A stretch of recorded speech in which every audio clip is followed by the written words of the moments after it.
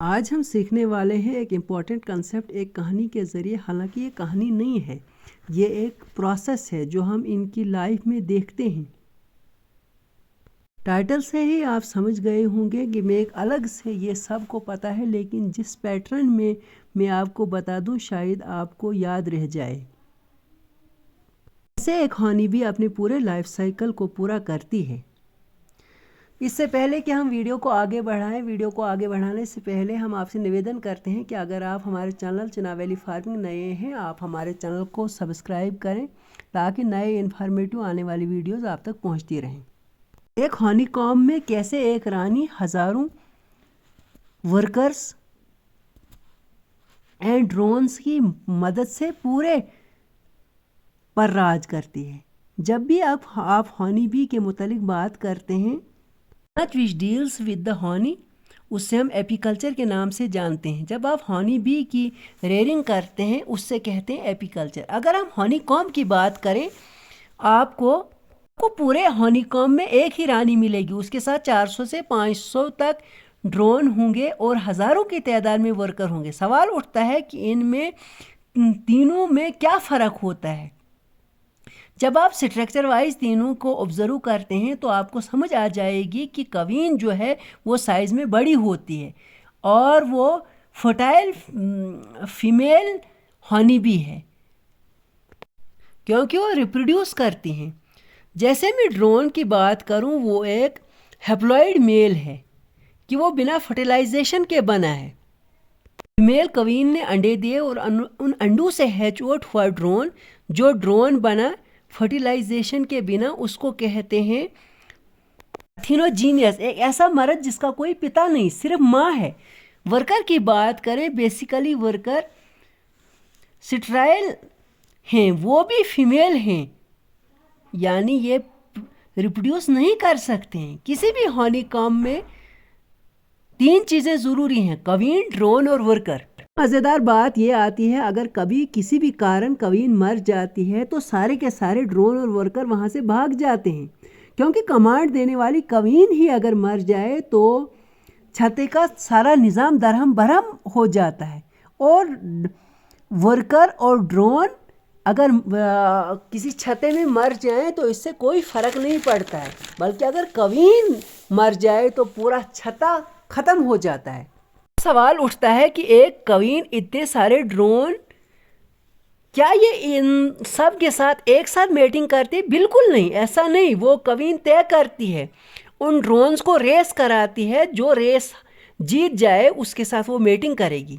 Race में जिसने गद्दारी की उसको बाकी ड्रोन मार देते हैं, क्योंकि एनिमल वर्ल्ड में कोई माफ़ी नहीं होती है। कोई भी ड्रोन अपनी ज़िंदगी में एक ही स्पर्म बनाता है। ड्रोन सारे स्पर्म कवीन को दे देता है, उसके बाद कुछ अरसे के बाद वो ड्रोन मर जाता है। उसके बाद कवीन स्पर्म को हनी कॉम्ब में जो अंडे हैं उनमें डाल देती है और उससे बनते हैं वर्कर। ड्रोन्स की ज़िंदगी 4 से 5 महीने तक होती है और वर्कर का लाइफ 4 से 5 हफ्ते होता है और कवीन की उम्र 4 से 5 साल तक होती है। स्पर्म से कवीन फीमेल या वर्कर फीमेल पैदा होते हैं। इसका फैसला होगा जेली से। यहाँ 2 तरह की जेली होती है, एक नॉर्मल जेली, एक रॉयल जेली। जो नॉर्मल जेली है वो वर्कर फर्टाइल एग पर डाल देते हैं और जो रॉयल जेली है वो कवीन के लिए होती है और कवीन उसको खा जाती है। नॉर्मल जेली फर्टाइल एग के लिए है और रॉयल जेली जो है वो कवीन के लिए। कभी कभार वर्कर गलती कर बैठते हैं, वो कवीन को देने के बजाय फर्टाइल एग पर डाल देते हैं उस रॉयल जेली को। रॉयल जेली के बजाय कवीन को नॉर्मल जेली दी जाती है। जब कवीन उस नॉर्मल जेली को खाती है, उसको पता चलता है कि ये नॉर्मल जेली है। कवीन उस वर्कर को भगा देती है कि ये क्या लाया आपने, ये आप मेरे लिए रॉयल जेली लेके आओ। लेकिन वर्कर उसको सच नहीं बताता है कि मैंने उसको फर्टाइल एग पर डाल दिया है। उसको ये डर रहता है कि कहीं कवीन मुझे मार न दे। जिन अंडों पर रॉयल जेली पड़ गई है उनसे फर्टाइल और उनसे फीमेल कवीन निकलेगी। एक बार एक ही अंडा खुलता है तो उससे एक कवीन निकलती है और वो सारे बाकी अंडों को फोड़ देती है ताकि बाकी कवीनें निकल ना पाए। इसके बरक्स अगर सारे अंडे एक साथ फूटते हैं तो बहुत सारी कवीनें वजूद में आ जाती हैं। यहाँ क्या कहानी बनती है, ये सारी कवीन्स आपस में लड़ बैठती हैं और जो जो लास्ट में कवीन बचती है, जो जीत जाती है, बाकी जो कवीन्स होती हैं वो वहाँ से भाग जाती हैं, उनको भगा देती है।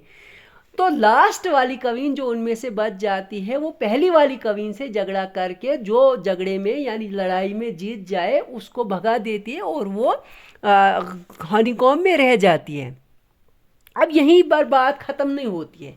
अब कवीन ये पता लगा देती है, वर्कर में तलाश करती है कि ये किन वर्कर्स ने गलती की, कि किन वर्कर्स ने ये जो जेली है ये इन फर्टाइल एग पर डाल दी।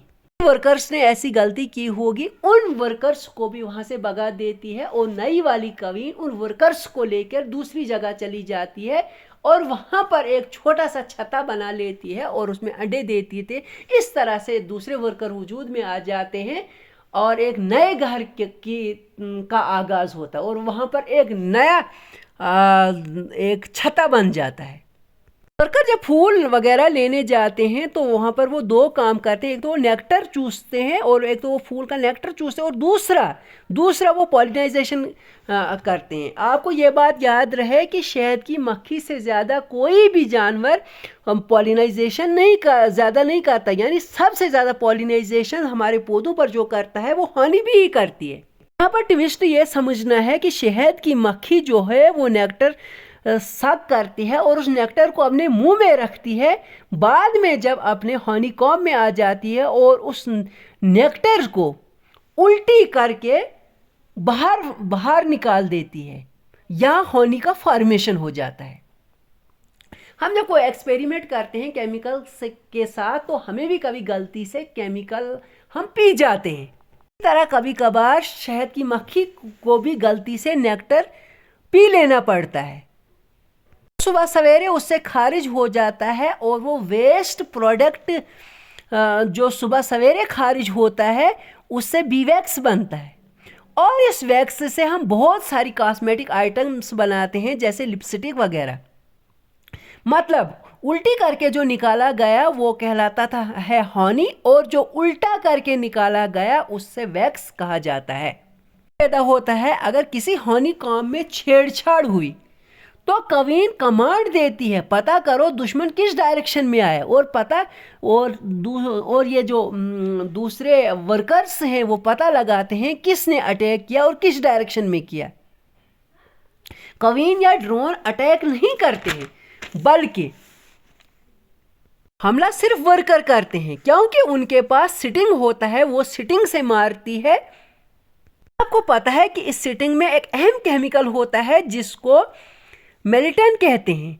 यह मेलिटन लेटेस्ट रिसर्च के मुताबिक HIV यानी एड्स को क्योर करता है और वर्कर जब सिटिंग मारेगा वो खुद भी बेचारा मर जाता है।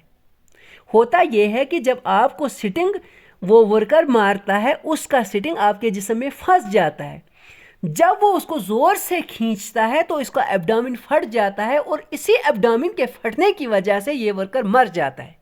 से शहद की मक्खी की यह कहानी बनती। अगर शहद की मक्खी के घर की बात करें, जो देसी शहद की मक्खियाँ हमारे घरों में होती हैं, शहद की मक्खियाँ घर मुख्तलिफ जगहों पर बनाती हैं, या तो हमारे घर में बनाती हैं या पहाड़ों पर या कहीं चट्टानों पर या कहीं दरख्त पर या अपनी मर्जी के मुताबिक कहीं पर भी घर बना लेती हैं। अगर आप भी अपने घर में शहद की मक्खी पालना चाहते हैं तो आप भी अपने घर में कहीं दीवार में या कहीं बाहर पेटी नुमा शक्ल की एक पेटी बना ले तो जिसमें एक सुराख रखेंगे आप और उसको साफ आप अंदर से रखेंगे तो अगर रब्बुल इज़्ज़त चाहेगा तो उसमें भी शहद की मक्खी आ जाएगी। मज़े वाली बात यह है कि शहद की मक्खियों के आप मुकम्मल मालिक नहीं बन सकते। इस तरह आप दूसरी चीज़ों के मालिक कहलाते हैं, इस तरह आप शहद की मक्खी के मालिक नहीं कहलाते क्योंकि ये अपनी मर्ज़ी से कभी आते हैं और कभी चले जाते हैं।